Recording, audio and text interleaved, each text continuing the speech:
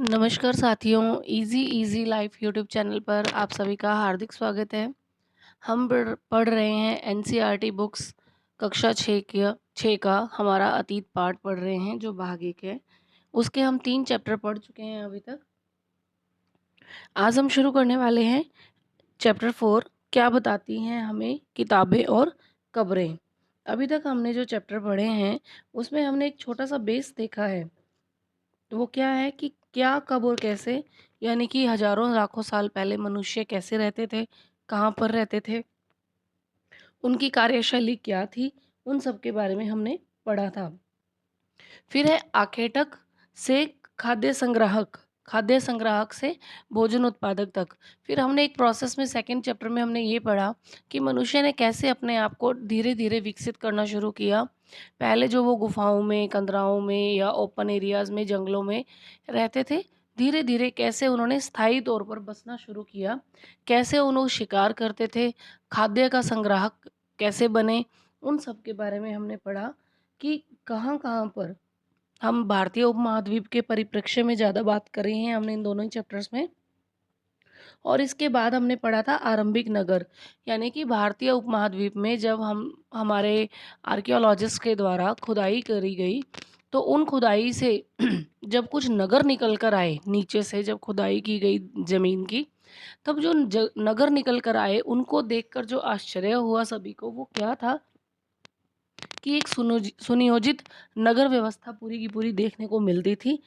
और उनके ऐसे कार्यशैली जो थी या अलग-अलग सभ्यताएँ जो हम लोग देखते हैं, उसके बारे में हम आगे पढ़ने वाले हैं।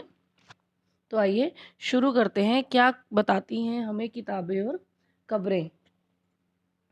अब यहाँ पर एक पुस्तकालय में मैरी नाम की एक बच्ची है, उसके बारे में बताया गया है। जैसे ही घंटी बजी, शिक्षक ने छात्रों को अपने साथ आने को कहा। आज वे पहली बार पुस्तकालय जा रहे थे।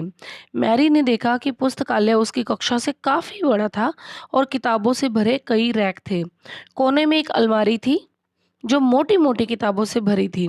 मैरी को एक अलमारी की खोलने की कोशिश करते हुए देखकर उनके टीचर ने कहा, उस अलमारी में अलग-अलग धर्मों से जुड़ी हुई महत्वपूर्ण किताबें हैं। क्या तुम्हें मालूम है, हमारे पास भी वेदों का भी एक संग्रह है। तो मैरी सोचने लगी कि वेद क्या है, चलो पता लगाएं। अब ये एक छोटा सा इंट्रो दिया गया है इस चैप्टर का, क्योंकि छठी क्लास के बच्चे हैं, उनकी समझ के हिसाब से उसमें बताया गया है, इंट्रोडक्शन करवाया गया है कि हम क्या पढ़ने वाले हैं। शायद तुमने वेदों के बारे में सुना होगा। वेद चार हैं, ऋग्वेद, सामवेद, यजुर्वेद, अथर्ववेद। हमारे क्वेश्चंस भी फैक्ट टू फैक्ट ऐसे ही स्टार्ट होते जाएंगे, जो हम अंडरलाइन करते रहेंगे।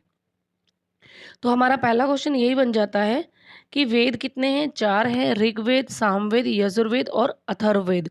सबसे पुराना वेद है ऋग्वेद, जिसकी रचना लगभग 3500 साल पहले हुई। तो हमारा दूसरा क्वेश्चन यही बन जाता है कि सबसे प्राचीन वेद कौन सा है और उसकी रचना कितने साल पहले हुई? तो ये सबसे पुराना वेद है ऋग्वेद, जिसकी रचना लगभग 3500 साल पहले हुई। ऋग्वेद में 1000 से ज़्यादा प्रार्थनाएं हैं जिन्हें सूक्त कहा गया है। ये भी इम्पॉर्टेंट है। ये फर्स्ट ग्रेड के हिसाब से क्वेश्चन पूछा जा सकता है कि ऋग्वेद की प्रार्थनाओं को क्या कहा जाता है। सिंपल सिंपल क्वेश्चन है, आसान सी शब्दावली है। 6 क्लास के बच्चे अगर पढ़ सकते हैं, तो हम लोग तो कॉम्पिटिटिव एग्जाम की तैयारी करने वालों में से हैं, तो हम अच्छे से इन चीज़ों को याद भी रख सकते हैं। सूक्त का मतलब है अच्छी तरह से बोला गया। ये विभिन्न देवी देवताओं की स्तुति में, उनकी प्रशंसा में रचे गए हैं। इनमें से 3 देवता बहुत महत्वपूर्ण हैं, अग्नि, इंद्र और सोम। अग्नि आग के देवता, इंद्र युद्ध के देवता और सोम एक पौधा है जिससे एक खास पेय भी बनाया जाता था। तो ये जो है, ये जो पैराग्राफ है, ये पूरा इम्पॉर्टेंट है, ऋग्वेद से रिलेटेड है। इसमें चारों वेदों के बारे में बताया गया है और ऋग्वेद के बारे में भी बताया गया है। इसमें जिन देवताओं की ज़्यादा स्तुति की जाती थी उनके बारे में भी बताया है कि 3 देवता बहुत महत्वपूर्ण है, अग्नि, इंद्र और सोम। वैदिक प्रार्थनाओं की रचना ऋषियों ने की थी। आचार्य विद्यार्थियों को इन्हें अक्षरों, शब्दों और वाक्यों में बांटकर सस्वर पाठ द्वारा कंठस्थ करवाते थे। देखिए, इसको लिखा नहीं गया था पहले।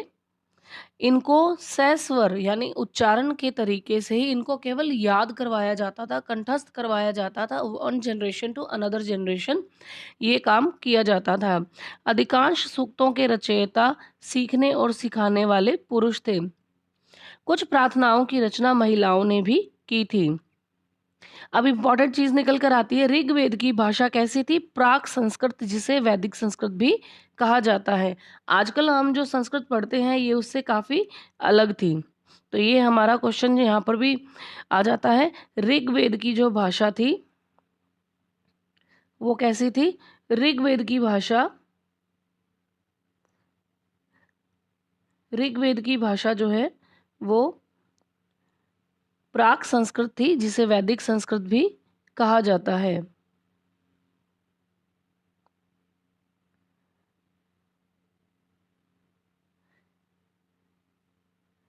फिर है, जिस स्कूल में आज हम पढ़ते हैं ये वर्तमान जो संस्कृत चलती है उससे ये काफ़ी अलग थी।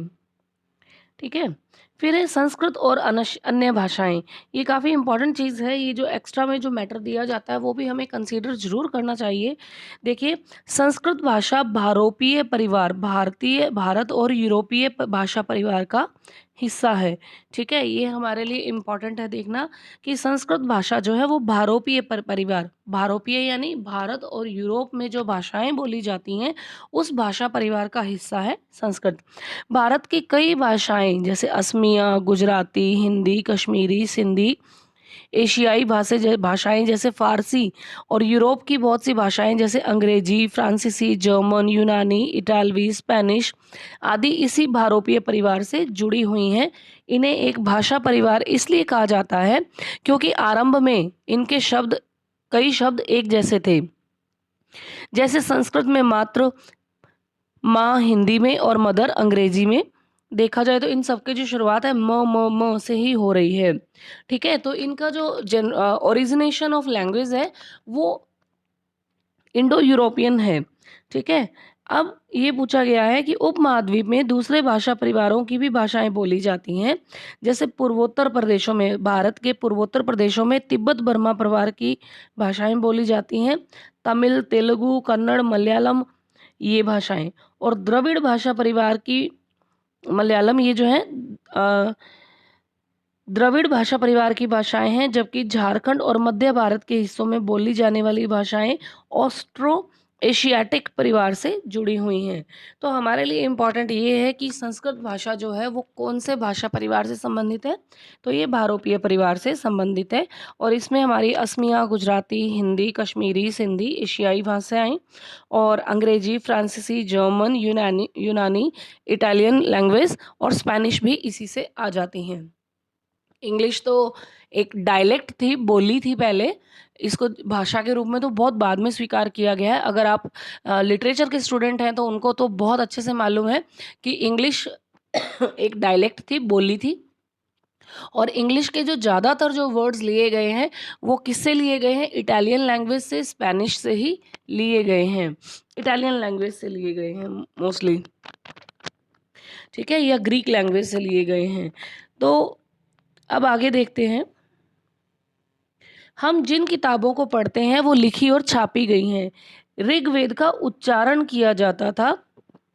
ऋग्वेद का उच्चारण किया जाता था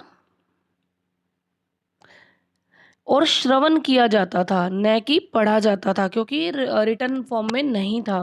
रचना के कई सदियों बाद इसे पहली बार लिखा गया था। यानी जिन सूक्तों की रचना की गई थी उनको ओरली ही एक जनरेशन से दूसरी जनरेशन तक या one person to another person transfer किया जाता था, ओरली किया जाता था। इसे छापने का काम तो बड़ी मुश्किल से 200 साल में ही हुआ है। ठीक है, इतिहासकार ऋग्वेद का अध्ययन कैसे करते हैं? तो ये इम्पोर्टेंट क्वेश्चन आ जाता है कि अगर रिटन फॉर्म में ऋग्वेद अवेलेबल ही नहीं था, इतने हजारों सालों पहले लिखा गया, तो इसको याद कैसे किया गया? और हमारे जो इतिहासकार हैं वो इसको कैसे, इसका एनालिसिस करते हैं? तो हम बता देते हैं कि इतिहासकार पुरातत्ववेत्ताओं की तरह ही अतीत के बारे में जानकारी इकट्ठी करते हैं, लेकिन भौतिक अवशेषों के अलावा। वे लिखित स्रोतों का भी, रिटन सोर्सेस का भी उपयोग करते हैं। चलो देखते हैं कि ऋग्वेद का अध्ययन कैसे किया जाता था। तो यहाँ पर हम पढ़ते हैं कि ऋग्वेद के कुछ सूक्त वार्तालाप के रूप में है। वार्तालाप यानी कॉन्वर्सेशन के रूप में है। यानी कि इसके जो कुछ सूक्त हैं वो वार्तालाप, कॉन्वर्सेशन है, बातचीत हो रही है, या इसे डायलॉग भी कह सकते हैं। डायलॉग फॉर्म में भी इसे हम कह सकते हैं। यहाँ पर विश्वामित्र नामक ऋषि और देवियों के रूप में पूजित दो नदियों कौन कौन सी, व्यास और सतलुज के बीच का यह संवाद एक ऐसे ही सूक्त का अंश है। तो यहाँ पर हम देखते हैं कि क्या दिया गया है इस सूक्त में। देखिए यहाँ एक पिक्चर दी गई है, इसमें प्राक संस्कृत लिखी गई है। ये एक ऋग्वेद की पांडुलिपि का एक पन्ना है। ये भुर्ज वृक्ष की छाल पर लिखी यह पांडुलिपि कश्मीर में पाई गई थी। ये क्वेश्चन बहुत बार एग्जाम में पूछा जाता है कि ऋग्वेद की पांडुलिपि किस जगह से प्राप्त हुई थी हमें। तो ये हमें होती है प्राप्त, कश्मीर से पाई जाती है। लगभग 150 साल पहले ऋग्वेद को सबसे पहली बार छापने का काम छापने के लिए इसका उपयोग किया गया था। इसी पांडुलिपि को देखकर इसका अंग्रेजी अनुवाद भी तैयार किया गया था। और इम्पॉर्टेंट चीज़ क्या आ जाती है कि यह पांडुलिपि महाराष्ट्र के, यानी यह पांडुलिपि वर्तमान में पुणे महाराष्ट्र के एक पुस्तकालय में सुरक्षित है। अब हम पढ़ते हैं जो एक डायलॉग कॉन्वर्सेशन जो दिया गया है विश्वामित्र और इन नदियों के बीच में। हाँ, कौन सी नदियां हैं हमने अभी पढ़ा था, सतलुज और व्यास नदियों के बीच का एक कॉन्वर्सेशन है विश्वामित्र गुरु के साथ में। तो ये विश्वामित्र जी कहते हैं कि हे नदियों, अपने बछड़ों को चाटती हुई दो गायों की, दो दमकती गायों की तरह दो फुर्तीले घोड़ों की चाल से पहाड़ों से नीचे आ जाओ। इंद्र द्वारा दी हुई शक्ति से सफूर्त तुम रथों की गति से सागर की ओर बह रही हो। तुम जल से परिपूर्ण हो और एक दूसरे से मिल जाना चाहती हो। तो नदियां कहती हैं कि हे ऋषि, जल से परिपूर्ण हम देवताओं के बनाए रास्ते पर ही चलती हैं। एक बार निकलने पर हमें रोका नहीं जा सकता है। हे ऋषि, तुम हमसे प्रार्थना क्यों कर रहे हो? तो विश्वामित्र जी कहते हैं कि हे बहनों, मुझ गायक की प्रार्थना सुनो। मैं रथों और गाड़ियों सहित बहुत दूर से आया हूँ। कृपया करके अपने जल को हमारे रथों और गाड़ियों की धुरियों के ऊपर न उठाओ, ताकि हम आसानी से उस पार जा सकें। नदियां कहती हैं हम तुम्हारी प्रार्थना सुनेंगे, जिससे तुम सब सुरक्षित उस पार जा सको। इतिहासकार यह बताते हैं कि यह प्रार्थना उस क्षेत्र में रची होगी जहाँ ये नदियाँ बहती हैं। वे ये भी बताते हैं कि जिस समाज में ऋषि रहते थे, वहाँ घोड़ों और गायों को बहुत महत्व दिया जाता था। इसलिए नदियों की तुलना घोड़ों और गायों से की गई है।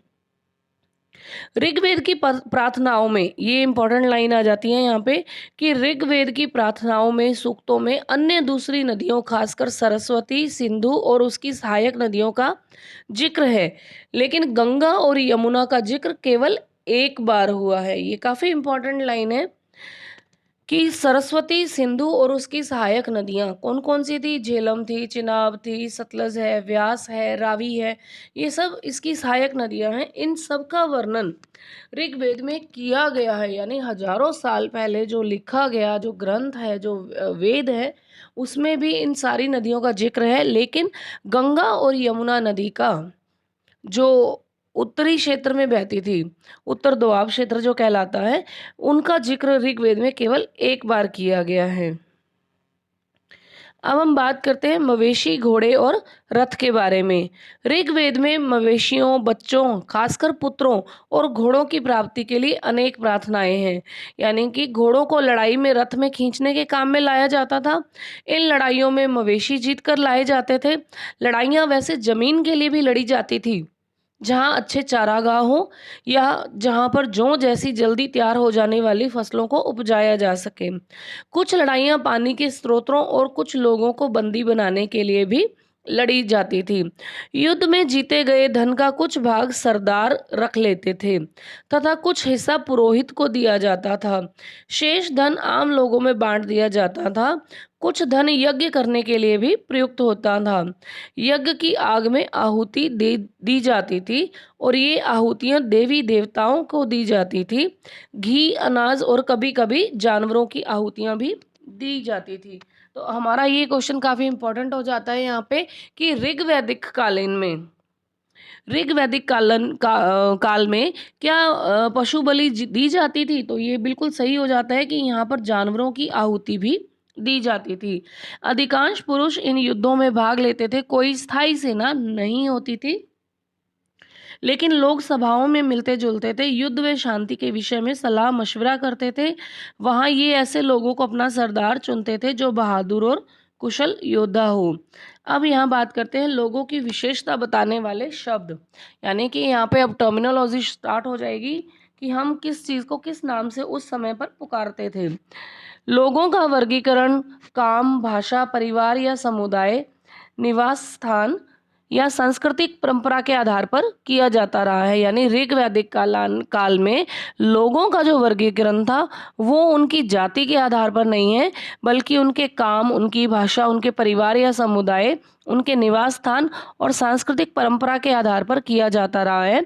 ऋग्वेद में लोगों की विशेषता बनाने वाले कुछ शब्द देखते हैं। ऐसे दो समूह हैं जिनका वर्गीकरण काम के आधार पर किया गया है, जिन्हें कभी कभी ब्राह्मण कहा जाता था, जो तरह तरह के यज्ञ और अनुष्ठान करते थे, और दूसरे लोग थे राजा। ये राजा वैसे नहीं थे जिसके बारे में हम बाद में पढ़ेंगे। ये न तो बड़ी राजधानियों में और महलों में रहते थे, ना इनके पास सेना होती थी, ना ही ये कर वसूलते थे। क्योंकि जब हम मुगल काल पढ़ते हैं और उसके साथ जब हम अंग्रेज ब्रिटिश सरकार का जो शासन है, व्यवस्था, वो पढ़ते हैं, तब हम देखते हैं कि राजा लोग जो है कर ही लेते रहते थे और जनता पर उसका भार डाला जाता था। तो यहाँ पे जो कर हैं वो नहीं वसूले जाते थे। ये राजधानियों में और महलों में नहीं रहते थे, इनके पास ऐसा कुछ नहीं होता था। प्राय राजा की मृत्यु के बाद उसका बेटा अपने ही आप शासक नहीं बनता था। यानी कि जैसा कि हम लोग अभी देखते हैं, कुछ वक्त पहले तक का जो रियासत, राजस्थान की रियासतों का हम पढ़ते हैं या देश की किसी भी और रियासत के बारे में पढ़ते हैं, तो राजा का पद अनुवंशिक नहीं होता था, इसका मतलब ये है। ठीक है। अब यहाँ पर फिर बताया गया है कि जनता या पूरे समुदाय के लिए दो शब्दों का इस्तेमाल होता था। एक था जन, जिसका प्रयोग हिंदी व अन्य भाषाओं में आज भी होता है। जैसे यूपी साइड में जो किले हैं, जिले हैं, सॉरी, उनको जनपद कहा जाता है आज भी। हमारे यहाँ तो हम जिला कहते हैं, लेकिन यूपी साइड में जिले को जनपद कहा जाता है आज भी। ठीक है, तो जन जो है उसका प्रयोग हिंदी और अन्य भाषाओं में आज भी होता है। दूसरा था विश, जिससे वैश्य शब्द निकला है। इसके बारे में हम चैप्टर 5 में आगे विस्तार में पढ़ेंगे। अब यहाँ पर क्या कहा जा रहा है कि जनता या पूरे समुदाय के लिए दो शब्दों का इस्तेमाल होता था। ऋग्वेद में विश और जनों के नाम मिलते हैं, इसीलिए हमें पुरुजन, विश या भरत जन या विश, यदुवंश, इनके बारे में कई उल्लेख मिलते हैं। अब कहते हैं जिन लोगों ने इन प्रार्थनाओं की, ऋग्वेद की इन प्रार्थनाओं की रचना की, वे कभी कभी खुद को आर्य कहते थे तथा अपने विरोधियों को दास या दस्यु कहते थे। दस्यु वे लोग होते थे जो यज्ञ नहीं करते थे और शायद दूसरी भाषाएं बोलते थे। बाद के समय में दास, यानी इसका जो स्त्रीलिंग होता है वो दासी होता है, इसका मतलब गुलाम हो गया। दास वे स्त्री या पुरुष होते थे जिन्हें युद्ध में बंदी बनाया जाता था। उन्हें उन्हें उन्हें उनके मालिक की जायदाद समझा जाता था। जो भी काम मालिक चाहते थे उन्हें वह सब करना पड़ता था। तो हमारे पास अभी जो टर्मिनोलॉजी आती है इम्पॉर्टेंट, वो ये है कि ऋग्वेद में विश और जनों के नाम मिलते हैं, जैसे पुरुजन, भरतजन, यदुजन, इनके बारे में हम पढ़ते हैं। और दूसरी चीज़ क्या थी कि ये लोग खुद को आर्य कहते थे और इनके जो विरोधी होते थे उसे दास या दस्यु कहा जाता था। ठीक है, अब हम बात करते हैं आगे। जिस युग में उपमहाद्वीप के उत्तर पश्चिम में ऋग्वेद की रचना हो रही थी, उसी समय पर दूसरी जगहों पर एक अलग तरह का विकास हो रहा था। अब हम बात करते हैं खामोश प्रहरी, कहानी महापाषाणों की। देखो इसका टाइटल ही कितना अच्छा है, महापाषाण। ये क्या कहते हैं कि ये महापाषाण, महा मतलब बड़ा, पाषाण यानी पत्थर, बड़े बड़े पत्थर, ये जो शिलाखंड है महापाषाण, बड़े बड़े पत्थरों के जो बने हुए थे, इन्हें इस नाम से जाना गया। ये पत्थर दफन करने की जगह पर लोगों द्वारा बड़े करीने से, मतलब बड़े ही अच्छे तरीके से सजा कर लगाए गए थे। महापाषाण कब्रें बनाने की प्रथा लगभग 3000 साल पहले शुरू हुई और ये प्रथा दक्षिण भारत, उत्तर पूर्वी भारत और कश्मीर में प्रचलित थी। अब यहाँ पर कुछ महत्वपूर्ण महापाषाण पुरास्थल मानचित्र 2 में दिखाए गए हैं। कुछ महापाषाण जमीन के ऊपर ही दिख जाते थे, कुछ महापाषाण जमीन के भीतर भी होते हैं। अब ये महापाषाण है क्या, इसको एक पिक्चर्स के थ्रू देखते हैं। अब देखिए, इस पिक्चर में हमें क्या दिखाई दे रहा है? हमें दिखाई दे रहा है कि ये कोई कब्र बनी हुई है काफ़ी बड़ी सी, और इसमें पत्थरों को, अलग अलग साइज़ के पत्थरों को बड़े ही तरीके से सजाकर रखा गया है। अब इसको देखते हैं। कई बार पुरातत्वविदों को गोलाकार सजाए हुए पत्थर मिलते हैं, कई बार अकेला खड़ा हुआ पत्थर भी मिलता है। ये ही एकमात्र प्रमाण है जो जमीन के नीचे कब्रों को दर्शाते हैं। ठीक है, अब यहाँ पर देखो, महापाषाणों के निर्माण के लिए लोगों को कई तरह के काम करने पड़ते थे। हमने जो कार्यों की सूची बनाई है उसे क्रमबद्ध करो। गड्ढे खोदना, शिलाखंडों को ढोकर लाना, बड़े पत्थरों को तराशना और मरे हुए को दफनाना। ये क्या कहता है कि ये जो हमें एक कब्र दिखाई दे रही है, इसमें क्या है खास बात, इस तरह के महापाषाण को ताबूत शवाधान कहा जाता था। ताबूत शवाधान यानी सिस्ट कॉफिन कहा जाता था, बरियल कहा जाता था। यहाँ पर दिखाए गए सिस्ट में, यानी ये जो सिस्ट है, इसके अंदर एक पोर्ट होल बना हुआ है। देखिए, ये वाला जो है पोर्ट होल बना हुआ है, बड़ा सा सुराख है, जो शायद पत्थरों से बने हुए कमरे में जाने का साधन था या रास्ता था। इन सब कब्रों में कुछ समानताएं हैं। सामान्यतः मृतकों को एक खास किस्म की मिट्टी के बर्तनों के साथ दफनाया जाता था, जिसे ब्लैक एंड रेड वेयर कहा जाता है। यानी काले लाल मिट्टी के बर्तनों में ब्लैक एंड रेड वेयर, ठीक है, इस नाम से जाना जाता था। इनके साथ ही, यानी इन महापाषाण कब्रों में लोहे के औजार, हथियार, घोड़े के कंकाल, सामान और पत्थर और सोने के गहने भी मिले हैं। जैसे हमने लास्ट चैप्टर में पढ़ा था कि मिस्र की जो पिरामिड है, जिसमें मम्मी को रखा जाता है, किसी शव को बड़े ही हजारों सालों तक सुरक्षित रखने के लिए केमिकल्स वगैरह लगा लगा के, तो ये भी अपने आप में एक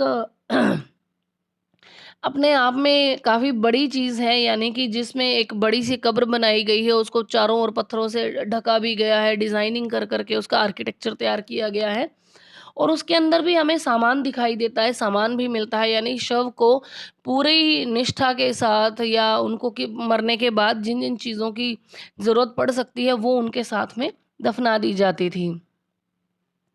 अब ये पिक्चर्स जो दिखाई गई हैं, इसमें क्या दिया गया है कि इन पिक्चर्स में महापाषाण कब्रों से मिले लोहे के सामान हैं। बाईं ओर घोड़े के लिए जो सामान है, ये घोड़े के लिए सामान है। नीचे बाईं ओर ये कुल्हाड़ियाँ दी गई हैं, और नीचे ये जो है, ये कटार दी गई है। ये सब उस समय की मिली हैं चीज़ें। फिर है लोगों की सामाजिक असमानताओं के बारे में पता करना। पुरातत्वविद यह मानते हैं कि कंकाल के साथ पाई गई चीजें मृतकों की, मरे हुए व्यक्ति की रही होंगी। कभी कभी एक कब्र की तुलना में दूसरी कब्र में ज्यादा चीजें मिलती हैं। ठीक है, यहाँ एक व्यक्ति की कब्र में 33 सोने के मनके और शंख पाए गए हैं। अब इसमें ये क्वेश्चन आ जाता है कि ये जो है ब्रह्मगिरी है ना, यहाँ पर एक व्यक्ति की कब्र में 33 सोने के मनके और शंख पाए गए हैं। दूसरे कंकालों के पास सिर्फ कुछ मिट्टी के बर्तन ही पाए गए। यह दफनाए गए लोगों की सामाजिक स्थिति में भिन्नता को दर्शाता है कि कुछ लोग तो अमीर थे, कुछ लोग गरीब थे, कुछ लोग सरदार थे और दूसरे अनुयायी थे। अब हम देखते हैं, क्या कुछ कब्रगाहें खास परिवारों के लिए थी? तो बिल्कुल जी, खास परिवारों के लिए तो तब भी थी, आजकल भी होती हैं। हमने राजस्थान की जब हम छतरियों का अध्ययन करते हैं तब पाते हैं ना कि हर रियासत ने अपने पूर्वजों के संस्कार और उनकी स्मृतियों में छतरियाँ बनवाई हैं, तो उनके लिए एक बड़ा पर्टिकुलर अलग से इनाम दे दिया जाता है, जिनको हम आगे पढ़ने वाले हैं। चलिए यहीं देखते हैं इस चैप्टर पे। कभी-कभी महापाषाणों में से एक से अधिक कंकाल भी मिले हैं। ये दर्शाते हैं कि शायद एक ही परिवार के लोगों को एक ही स्थान पर अलग-अलग समय पर दफनाया गया था। बाद में मरने वाले लोगों को पोर्ट होल के रास्ते कब्रों में लाकर दफनाया जाता था। ऐसे स्थान पर गोलाकार लगाए गए पत्थर या चट्टान चिन्हों का काम करते थे, जहां लोग आवश्यकता अनुसार शवों को दोबारा दफनाने आ सकते थे। अब है इनाम गांव के बारे में बात करते हैं। इनाम गांव क्या है, इसको भी मानचित्र में देखना है हमने। यह भीमा की सहायक नदी घोड़ के किनारे एक जगह पर है। इस जगह पर 3600 से 2700 साल पहले लोग रहते थे। यहाँ वयस्क लोगों को प्राय गड्ढे में सीधा लिटाकर दफनाया जाता था। उनका सिर उत्तर की ओर होता था। कई बार उन्हें घर के अंदर ही दफनाया जाता था। ऐसे बर्तन जिसमें शायद खाना और पानी हो दफनाई गए शव के पास रख दिए जाते थे। एक आदमी को 5 कमरों वाले मकान के आंगन में, यानी कि अब ये बताया जा रहा है कि एग्जाम्पल के तौर पे कि इनको मिला था, एक आदमी को 5 कमरों वाले मकान के आंगन में 4 पैरों वाले मिट्टी के एक बड़े से संदूक में दफनाया गया था। बस्ती के बीच में बसा यह घर गांव के सबसे बड़े घरों में से एक था। इस घर में एक अनाज का गोदाम भी था और शव के पैर मुड़े हुए थे। अब हमें कंकालों का अध्ययन क्या बताता है। छोटे आकार के आधार पर एक बच्चे के कंकाल को आसानी से पहचाना जा सकता है, लेकिन एक बच्चे और बच्ची के कंकाल के बीच कोई बड़ा फर्क नहीं होता है।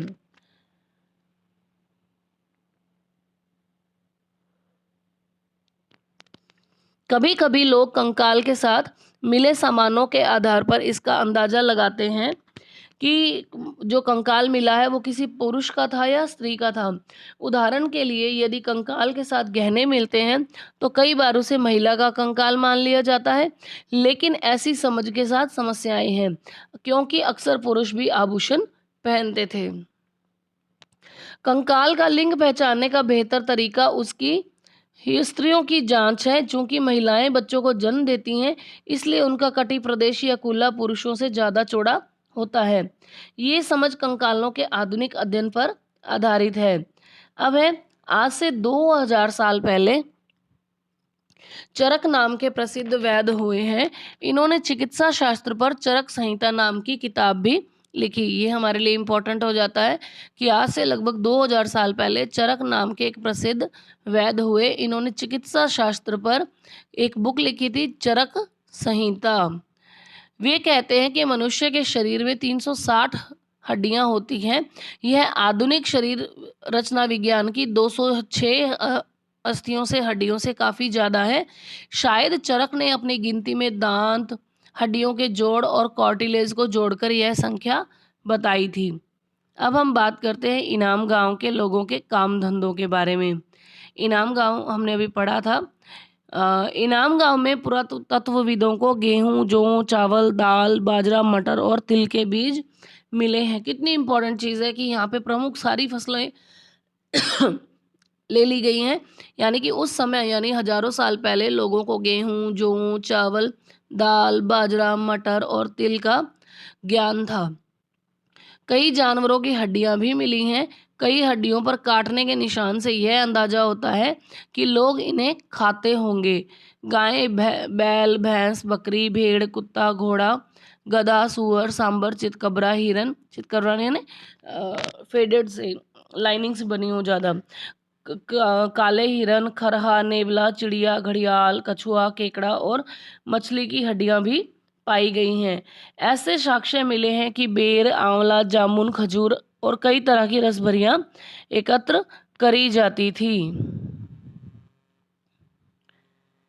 अब हम बात करते हैं अन्यत्र। फिर से एक एक्स्ट्रा मैटर इसमें दिया गया है। चीन में लगभग 3500 साल पहले यहाँ की लेखन कला के सबसे उदाहरण पाते हैं। यह जानवरों की हड्डी पर लिखा गया था, यानी कि चीन में हमें जो चीन की एंशियंट जो अभिलेख मिलते हैं वो जानवरों की हड्डियों पर लिखे गए थे। इन्हें भविष्यवाणी करने वाली हड्डियां कहा जाता है, क्योंकि यह मान्यता थी कि ये भविष्य बताती हैं, यानी हड्डियों से भविष्य होता होगा। राजा लोग लिपिकारों से इन हड्डियों पर सवाल लिखवाते थे। क्या वे युद्ध जीतेंगे? क्या फसलें अच्छी होंगी? क्या उन्हें पुत्र होंगे? फिर इन हड्डियों को आग में डाल दिया जाता था, जहां इनमें गर्मी से चटककर दरार पड़ जाती थी, और भविष्यवक्ता इन दरारों को बड़े ध्यान से देखकर भविष्यवाणी करने की कोशिश करते थे। ये भविष्यवक्ता कभी कभी गलत भी हो जाते हैं।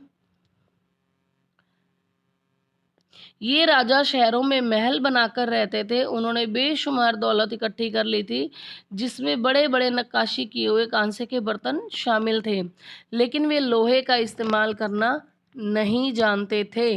तो ये इम्पोर्टेंट क्वेश्चन आता है कि ऋग्वेद काल में लोगों को लोहे का ज्ञान नहीं था, नहीं था। ठीक है, अब हम देखते हैं, आगे देखते हैं। चलो जी, अब ये कुछ महत्वपूर्ण तिथियां हैं जो हमें याद करनी चाहिए। वेदों की रचना जो है का प्रारंभ जो है लगभग 3500 साल पहले हुआ था। महापाषाणों के निर्माण की शुरुआत लगभग 3000 साल पहले शुरू हुई। इनाम गांव में कृषकों का निवास जो है वो 3600 से 2700 साल पहले का बताया गया है।